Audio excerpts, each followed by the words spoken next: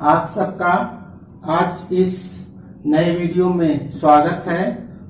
आज हमारा शीर्षक है विकास की अवस्थाएं। साथियों, इसके पहले वाले वीडियो में हमने वृद्धि और विकास पर चर्चा किया था। बाल विकास के अंतर्गत वृद्धि और विकास महत्वपूर्ण टॉपिक है। आज हम विकास की कौन कौन सी अवस्थाएं हैं, मानव विकास की कौन कौन सी अवस्थाएं हैं और बाल विकास की कौन कौन सी अवस्थाएं हैं, इस पर चर्चा करेंगे। सीटेट, टेट समस्त शिक्षा से संबंधित प्रतियोगी परीक्षाओं में बार बार प्रश्न हमारे सामने बनकर आता है कि विकास की कितनी अवस्थाएं हैं और उन अवस्थाओं में क्या विशेषताएं पाई जाती हैं, अन्य किन किन नामों से हम अवस्थाओं को जानते हैं। आज हम इसी टॉपिक पे चर्चा करेंगे। सबसे पहले हम विकास की अवस्थाओं के अंतर्गत अनेक विद्वानों की बात करते हैं, जिसमें विकास की अवस्थाएं अलग अलग ढंग से बताई गई है। रास महोदय की अगर हम चर्चा करें तो रास महोदय ने विकास की कुल 4 अवस्थाएं बताई है। शैशवावस्था,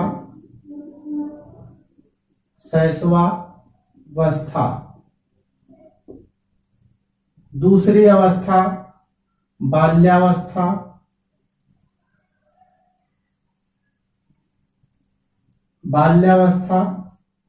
इस बाल्यावस्था को 2 भागों में विभक्त किया गया है। पूर्व बाल्यावस्था और उत्तर बाल्यावस्था। ये रास का विभाजन है, ध्यान रखिए आप लोग। इसके बाद जो तीसरी अवस्था, या हम यूं कहें कि बाल्यावस्था को 2 भागों में बांटकर हम ये चौथी अवस्था किशोरावस्था, ये कुल विभक्त करके देखते हैं तो 3 अवस्थाएं मुख्य रूप से शैशवावस्था, बाल्यावस्था और किशोरावस्था है। और अगर हम तोड़ के देखते हैं तो बाल्यावस्था को पूर्व बाल्यावस्था और उत्तर बाल्यावस्था कहा जाता है। शैशवावस्था को रास महोदय ने 1 से 3 वर्ष माना है। पूर्व बाल्यावस्था को 3 से 6 वर्ष माना है। उत्तर बाल्यावस्था को 6 से 12 वर्ष और किशोरावस्था को 12 से 18 वर्ष। ये रास का विभाजन है, लेकिन इनके इस विभाजन में मतभेद है। तो हम एक ऐसे विद्वान मनोवैज्ञानिक का विभाजन पढ़ें जिसमें ज्यादा लोग सहमत हों। तो हार्लॉक महोदय ने जो विभाजन प्रस्तुत किया है, उस विभाजन को हम अगर ध्यान से देखें तो वह विभाजन सही में हमारे सामने प्रस्तुत होता है। उस विभाजन के हिसाब से बाल विकास की जो अवस्थाएं हैं वह अलग अलग हैं।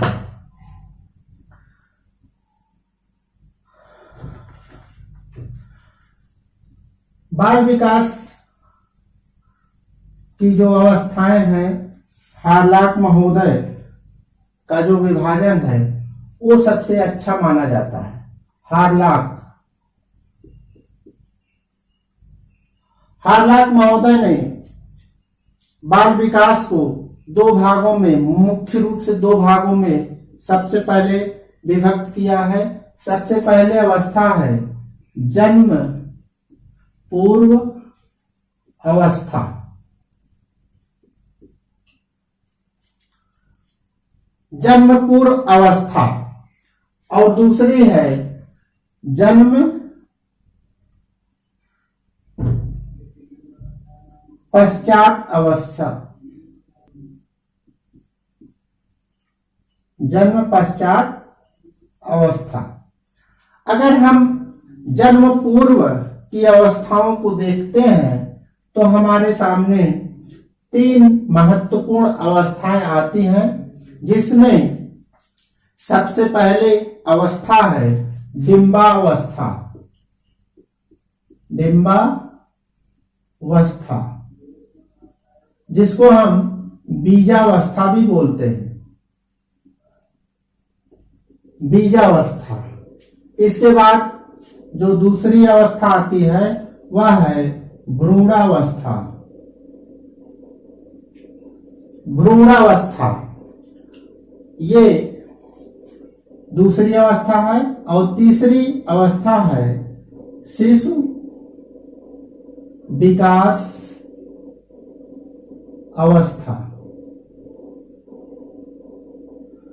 ये तीनों जन्म पूर्व की अवस्थाएं हैं।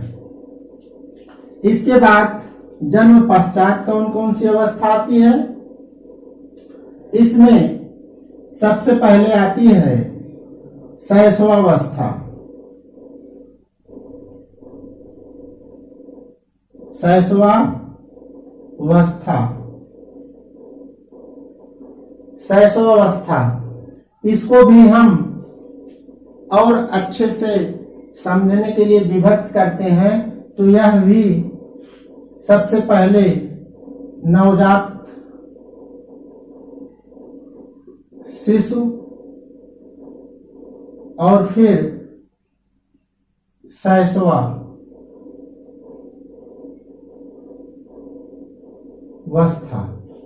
ये हम मानते हैं। इसके बाद जो दूसरी अवस्था है वह है बाल्यावस्था। इसको भी 2 भागों में विभक्त किया गया है। पहला पूर्व बाल्यावस्था और दूसरा है उत्तर बाल्यावस्था। इसके बाद जो जन्म के पश्चात अगली अवस्था है वह है वयःसंधि और फिर किशोरावस्था। किशोरावस्था यह भी 2 है, पूर्व किशोरावस्था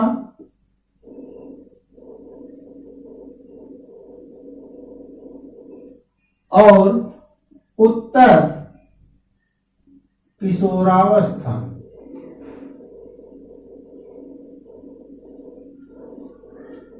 साथियों, ये विकास की अवस्थाएं हैं। इसके बाद बाल विकास का अध्ययन यही समाप्त हो जाता है।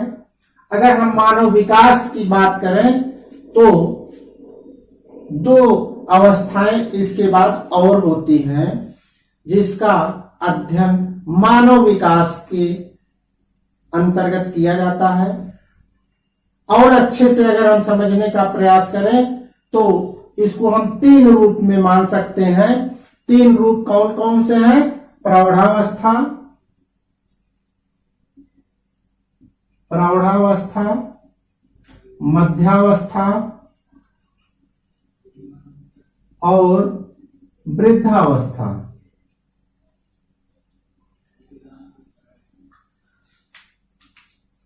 हम सबसे पहले प्रौढ़ावस्था को देख लेते हैं कि ये क्या होती है। ये 21 से 40 वर्ष की होती है। मध्यावस्था ये 41 से 60 वर्ष की होती है और वृद्धावस्था 61 से मृत्यु तक ये मानी जाती है। इस पे चर्चा हमको नहीं करनी है क्योंकि ये हमारे अध्ययन के क्षेत्र से बाहर है। हमको आज बाल विकास की क्या अवस्था है इस पे चर्चा करना है। बाल विकास की जो अवस्थाएं हमने बताया हार्लॉक महोदय के अनुसार जन्म पूर्व से लेकर जन्म के पश्चात किशोरावस्था तक बाल विकास का अध्ययन क्षेत्र है। हमने पहले भी बताया था कि बाल विकास के अंतर्गत हम गर्भावस्था से लेकर किशोरावस्था तक का अध्ययन करते हैं। ये बाल विकास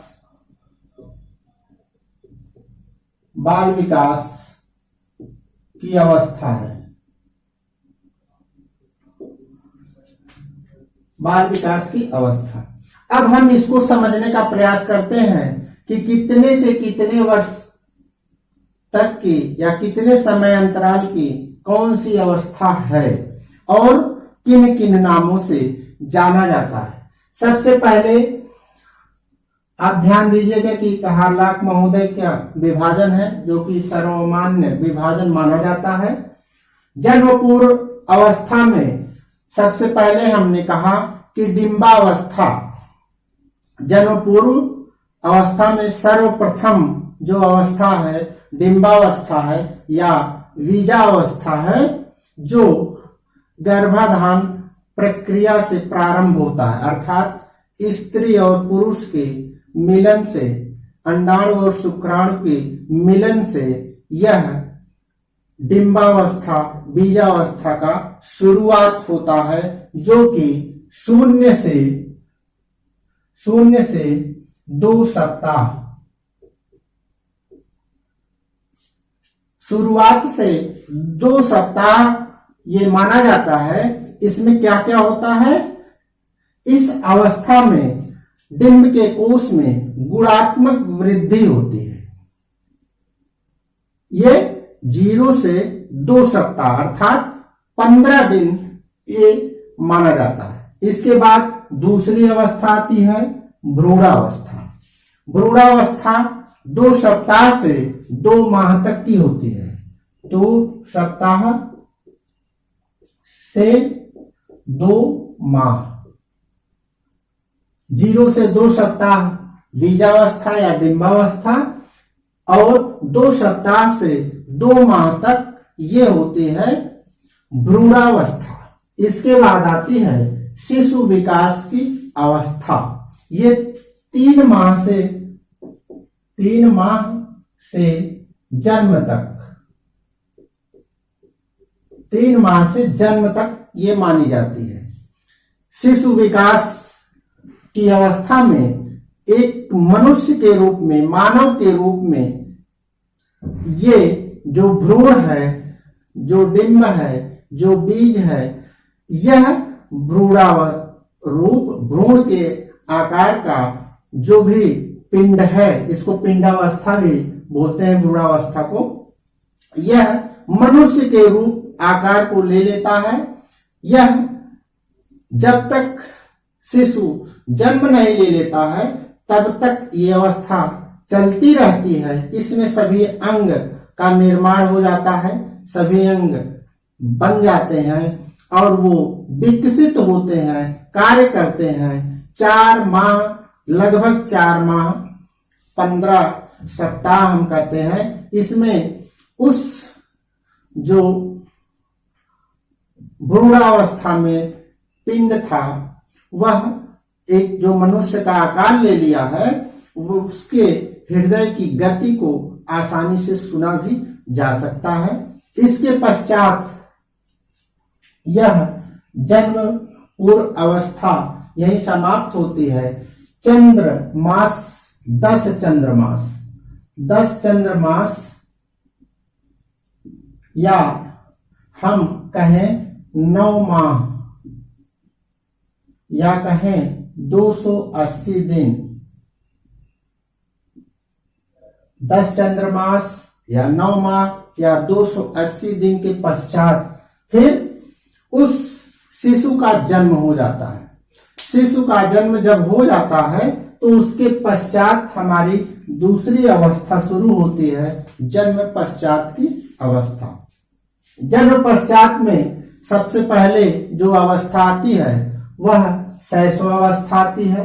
शैशवावस्था को हम नवजात शिशु की अवस्था बोलते हैं और शैशवावस्था को उसके पश्चात। नवजात शिशु जब वो पैदा होता है 0 से 2 सप्ताह, 0 से 2 सप्ताह अर्थात 15 दिन तक नवजात शिशु की अवस्था मानी जाती है, जिसको हम इन्फेंसी क्या बोलते हैं? इन्फेंसी बोलते हैं। यह 0 से 2 सप्ताह अर्थात जन्म से 2 सप्ताह 15 दिन की अवस्था होती है। इसमें बालक समायोजन स्थापित करता है। उचित देखभाल द्वारा बालक का वातावरण से समायोजन स्थापित किया जाता है। माता पिता या शुद्ध रूप में हम कहें तो माता के द्वारा बालक को, शिशु को वातावरण से समायोजन स्थापित कराया जाता है। बालक जन्म से पूर्व मां के पेट में रहता है। उसका जब जन्म लेता है तो बाहर के वातावरण से अनुकूलन एकाएक नहीं हो पाता। उसको होने में 15 दिन का समय लगता है और धीरे धीरे वह शिशु समायोजित होकर अपनी वृद्धि और विकास करना प्रारंभ कर देता है।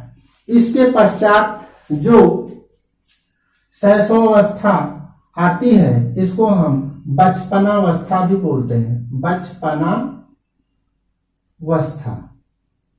बचपनावस्था 15 दिन के पश्चात, जन्म के 15 दिन नवजात शिशु अवस्था है और उसके पश्चात बचपनावस्था प्रारंभ होती है, जो 3 सप्ताह या तीसरे सप्ताह से लेकर ये कुल 3 वर्ष तक 2 वर्ष तक चलती है।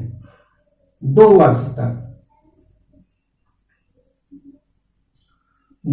तक चलती है। नवजात शिशु अवस्था जन्म से 15 दिन तक और बचपनावस्था या शैशवावस्था ये तीसरे सप्ताह से लेकर 2 वर्ष तक चलती है। इसमें क्या विशेषताएं पाई जाती है? ये बचपनावस्था जो शिशु का होता है, यह दूसरों पर निर्भर होने की अवस्था है। इसमें बालक दूसरों पर निर्भर रहता है, पराधीन रहता है और इस अवस्था में संवेगों का जन्म हो जाता है। सभी जो प्रमुख संवेग हैं, कौन से? प्रसन्नता, बालक हंसता है, वह क्रोध भी करता है, चिड़चिड़ा होता है, क्रोध भी करता है, प्रेम भी करता है अपने माता से, पिता से, जो भी परिवार के सदस्य हैं उनसे प्रेम भी करता है, घृणा भी करता है, रूठ भी जाता है। ये संवेग जो महत्वपूर्ण संवेग है, प्रसन्नता, क्रोध, प्रेम, घृणा, इन सब संवेगों का विकास इस बचपनावस्था में हो जाता है। इसके बाद जो बाल्यावस्था प्रारंभ होती है, पूर्व बाल्यावस्था और उत्तर बाल्यावस्था। पूर्व बाल्यावस्था 3 से 6 वर्ष, 3 से 6 वर्ष पूर्व बाल्यावस्था और उत्तर बाल्यावस्था 7 से 12 वर्ष। ये बाल्यावस्था के 2 रूप हैं, 2 प्रकार हैं, पूर्व बाल्यावस्था और उत्तर बाल्यावस्था। पूर्व बाल्यावस्था और उत्तर बाल्यावस्था, यूं कहें बाल्यावस्था में बालक में जिज्ञासा की प्रवृत्ति ज्यादा होती है। वो हर चीज को जानना चाहता है, कौन कैसे है, क्यों है, तमाम प्रश्न उसके दिमाग में उठते हैं। वो प्रश्न पूछता है, समूह की प्रवृत्ति पाई जाती है। वो अपने समूह के सदस्यों के बीच में रहना पसंद करता है। जो बच्चे हैं वो बच्चों के ही समूह में जाना पसंद करते हैं, साथ रहना, खेलना, कूदना, मस्ती करना, ये सब गुण आए जाते हैं बाल्यावस्था में। तो ये 3 से लेकर 12 वर्ष तक पूर्व बाल्यावस्था और उत्तर बाल्यावस्था होती है। इसके बाद जो अगली अवस्था है यह है वह संधि। वह संधि 12 से लेकर 13, ये 12 से लेकर 13 वर्ष मानी जाती है। ये बहुत कम समय की होती है।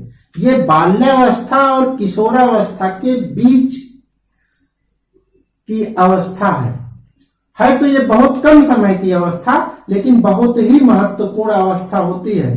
क्यों?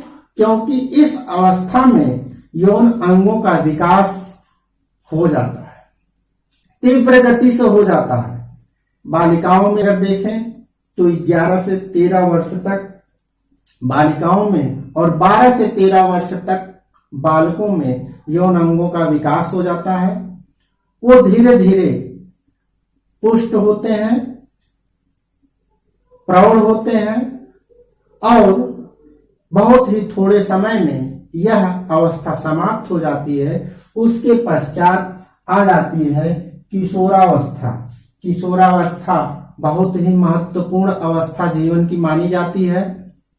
यह 13 से लेकर वैसे तो 21 वर्ष तक मानी जाती है। अलग अलग विद्वान अलग अलग विभाजन करते हैं। 13 से लेकर 17 तक पूर्व किशोरावस्था, 13 से 17 वर्ष, और 18 से 21 वर्ष उत्तर किशोरावस्था मानी जाती है। उत्तर किशोरावस्था और पूर्व किशोरावस्था, ये जो किशोरावस्था है यह जीवन की सबसे कठिन अवस्था मानी जाती है। कोई विद्वान कहता है कि यह संघर्ष तूफान की अवस्था है, कोई कहता है ये तनाव की अवस्था है, कोई कहता है जीवन का महत्वपूर्ण काल है, कोई कहता है जीवन का सबसे कठिन काल है किशोरावस्था। इसमें समस्या की अधिकता ज्यादा होती है। बालक हो या बालिका हमेशा समस्या में रहता है। वह छोटी छोटी बातों को समस्यात्मक बना देता है। वो कल्पना में खो जाता है। कल्पना की अधिकता इसमें सर्वोच्च शिखर पर पहुंच जाती है। संवेगात्मक, सामाजिक, नैतिक बन जाता है। लक्ष्य को पाने के लिए वह सोचता है, पारिवारिक जीवन की कल्पना करता है, अपने पढ़ाई लिखाई से संबंधित बातों को लेकर चिंतित रहता है, लक्ष्य को पाने के लिए चिंतित रहता है। ऐसे समय में समायोजन में कुछ कठिनाई होती है, अस्थिरता होती है, इसलिए जीवन का सबसे कठिन काल किशोरावस्था को माना जाता है। तो इस प्रकार से हमने देखा कि विकास की जो अवस्थाएं हैं वह जन्म से पूर्व डिंबावस्था, भ्रूणावस्था और शिशु विकास की अवस्था है, और जन्म के पश्चात मुख्य रूप से शैशवावस्था, बाल्यावस्था, वयसंधि और किशोरावस्था है। इसको हमने अलग अलग छोटे टुकड़ों में भी विभक्त करके जानने का प्रयास किया। इसके बाद हम ध्यान देते हैं कि परीक्षा में क्या क्या प्रश्न बनके हमारे सामने आता है। ज्यादातर इन अवस्थाओं से जो प्रश्न सीटेट या टेट में या नेट में आता है वो ये कि दे देता है कि कौन सी अवस्था को समायोजन की अवस्था कहा जाता है। हमने सबसे पहले आपको बताया कि शैशवावस्था में समायोजन स्थापित होता है। समायोजन, तो समायोजन किसमें स्थापित होता है? शैशवावस्था में। समायोजन की अवस्था किस अवस्था को कहते हैं?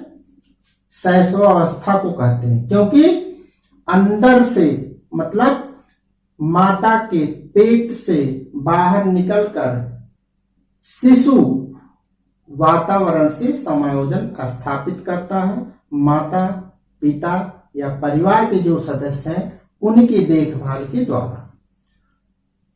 सबसे खतरनाक अवस्था, अजीबोगरीब अवस्था, पुनरावृत्ति की अवस्था, ये कौन सी अवस्था है? अगर ऐसा प्रश्न आता है तो हमको ध्यान देता है कि यह बचपन की अवस्था है, बचपनावस्था है। शैशवावस्था का अगला क्रम हमने बताया कि पहली अवस्था को हम नवजात शिशु के रूप में देखते हैं, जिसमें 15 दिन तक वह समायोजन स्थापित करता है, और उसके बाद दूसरी अवस्था बचपनावस्था जो 2 वर्ष तक चलती है। यह खतरनाक अवस्था भी बोली जाती है, क्योंकि छोटा जब बालक होता है तो वह इधर उधर टहलता है, छूने का प्रयास, कभी वो आग छू लेता है, कभी पानी में चला जाता है, कभी गिर जाता है, तो यह खतरनाक अवस्था बोली जाती है। अजीबोगरीब अवस्था भी बोली जाती है, क्योंकि वह अजीबोगरीब कार्य करता रहता है, हरकतें करता है। पुनरावृत्ति की अवस्था भी बोली जाती है, क्योंकि बार बार वह कोई कार्य करता है, फिर करता है, फिर करता है, दोहराता है, बार बार पुनरावृत्ति करता है अपने कार्य का। नैतिकता का अभाव किस अवस्था में होता है? तो यह भी बचपनावस्था ही है। यहाँ पर नैतिकता का अभाव होता है, किसी भी प्रकार की नैतिकता, नैतिक नियमों से वह अनभिज्ञ रहता है। अनुकरण की प्रवृत्ति पाई जाती है बचपनावस्था में ही, क्योंकि वह अपने बड़ों का अनुकरण करता है, नकल करता है। सामाजिकता का उदय प्रारंभ होता है बचपनावस्था में। तो अगर यह प्रश्न आता है कि खतरनाक अवस्था, अजीबोगरीब अवस्था, पुनरावृत्ति की अवस्था, नैतिकता का अभाव, अनुकरण प्रवृत्ति, सामाजिकता का उदय, ये किस अवस्था में पाई जाती है? तो यह बचपनावस्था में पाई जाती है। ये आपको ध्यान में रखना है। समायोजन की अवस्था को नवजात शिशु की अवस्था या शैशवावस्था कहते हैं, इसको ध्यान में रखना है। पूर्व बाल्यावस्था की बात आती है। बाल्यावस्था का जो 2 रूप है, उत्तर और पूर्व बाल्यावस्था। पूर्व बाल्यावस्था में हमारा विकास तीव्र गति से होता है, इसलिए पूर्व बाल्यावस्था को तीव्र विकास की अवस्था भी कहा जाता है। इसमें बालक के अंगों का, हाथ, पैर, शरीर तीव्र गति से विकसित होता है। स्कूल के पूर्व की अवस्था भी कही जाती है, क्योंकि उत्तर बाल्यावस्था में बालक जब 5-6 साल का होता है तो विद्यालय जाना प्रारंभ कर देता है। उसके पूर्व की अवस्था है जो कि 3 वर्ष से ही प्रारंभ हो जाती है, तो हम इसको स्कूल पूर्व अवस्था भी कहते हैं। ये भी प्रश्न बन के सामने आता है, स्कूल पूर्व अवस्था किसको कहते हैं? समूह पूर्व अवस्था।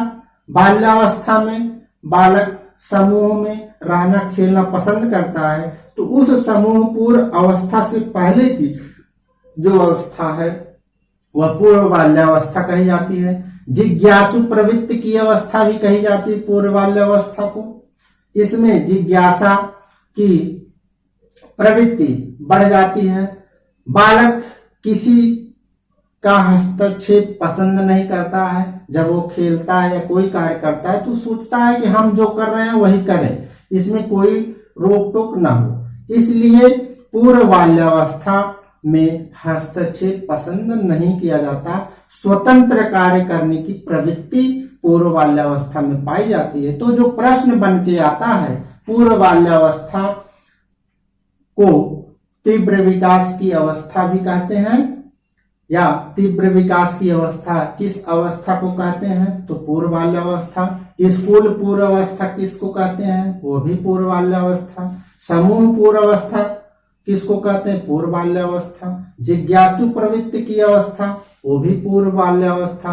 हस्तक्षेप पसंद कब नहीं करता है बालक?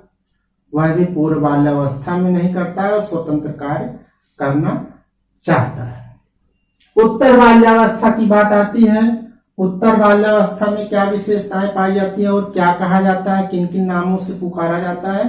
तो प्रारंभिक स्कूल की अवस्था, जो ज्यादा प्रश्न सीटेट टेट या नेट शिक्षा से संबंधित जो प्रतियोगी परीक्षाएं हैं उसमें पूछा जाता है। प्रारंभिक स्कूल की अवस्था, चुस्ती की आयु, बहुत बार प्रश्न आया है चुस्ती की आयु,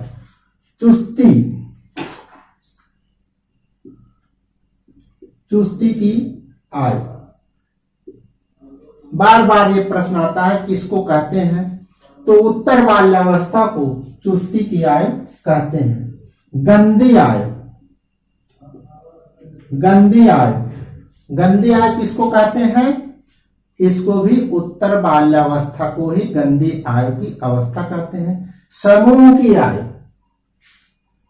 समूह की आयु किसको कहते हैं? यह भी बाल्यावस्था, उत्तर बाल्यावस्था की आयु कहते हैं। नैतिकता की आयु, यह भी उत्तर बाल्यावस्था को ही कहा जाता है। प्रारंभिक स्कूल की अवस्था, चुस्ती की आयु, गंदी आयु, समूह की आयु या नैतिक विकास की आयु। प्रारंभिक स्कूल की अवस्था इसलिए क्योंकि बालक स्कूल जाना प्रारंभ कर देता है। चुस्ती की आयु, बालक बड़े फुर्ती से, चुस्ती से कार्य करता है, खेलता कूदता है, शरारतें करता है, मस्ती करता है, इसलिए इसको चुस्ती की आयु कहते हैं। गंदी आयु क्योंकि वह धूल मिट्टी सब में खेलता है, लपेटे रहता है, इसलिए इसको गंदी आयु कहा जाता है।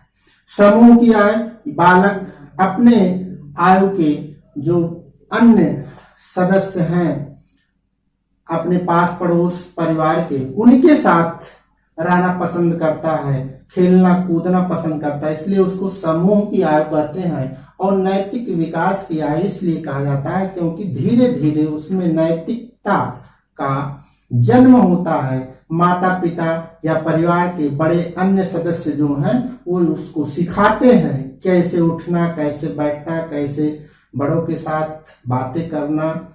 ये जो सिखाने की प्रवृत्ति होती है और सीखने की जो प्रवृत्ति होती है, यह नैतिक नियमों की प्रवृत्ति, नैतिकता के विकास की प्रवृत्ति, यह उत्तर बाल्यावस्था में पाई जाती है। किशोरावस्था जो सबसे महत्वपूर्ण अवस्था बोली जाती है, किशोरावस्था, किशोरावस्था को सुनहरी अवस्था कहते हैं। सुनहरी अवस्था ये जीवन का सबसे महत्वपूर्ण कार्य है, सबसे महत्वपूर्ण काल है जीवन का, जिसको सुनहरी अवस्था भी कहते हैं। इस अवस्था में विषम लिंगी भाव ज्यादा होता है। विषम लिंगी भाव,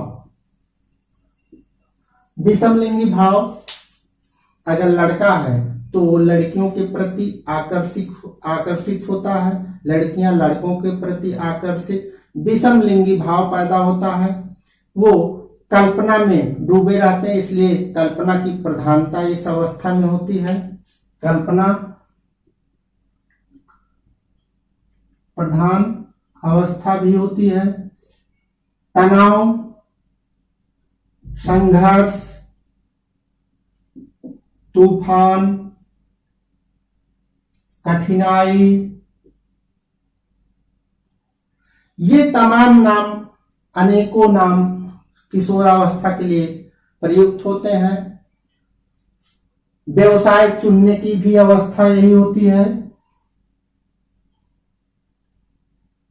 व्यवसाय चुनने की अवस्था हम देखते हैं। किशोरावस्था जीवन का एक महत्वपूर्ण काल है जिसमें कल्पना की प्रधानता होती है। सुनहरी आयु भी कहा जाता है। विषम लिंगी भाव भी पैदा होता है। तनाव, परेशानी और पूर्ण वृद्धि की अवस्था भी किशोरावस्था को कहते हैं, क्योंकि शरीर के जो भी अंग हैं वो विकसित हो जाते हैं, उनकी वृद्धि लगभग पूरी हो जाती है और व्यवसाय चुनने की भी एक समस्या किशोरावस्था में आती है। इसलिए इसको जीवन का सबसे कठिन काल कहा जाता है। इस प्रकार विकास की अवस्थाओं के अंतर्गत हमने जन्म पूर्व से जन्म पश्चात की अवस्था को जानने का प्रयास किया और किन किन नामों से इन अवस्थाओं को पुकारा जाता है, परीक्षाओं में कौन कौन से प्रश्न हमारे सामने बन के आते हैं, उसको भी जानने का प्रयास किया। इसके पहले वाले वीडियो में हमने वृद्धि और विकास के विषय में जानने का प्रयास किया था। जो साथी हमारा वो वीडियो नहीं देख पाए हैं, डिस्क्रिप्शन बॉक्स में लिंक दिया गया है, उसको देखकर वृद्धि और विकास में क्या अंतर है उसको अच्छे से समझ सकते हैं। इस विकास की अवस्था को आप सब ने ध्यान से सुना, समझा। आप सबको बहुत बहुत धन्यवाद।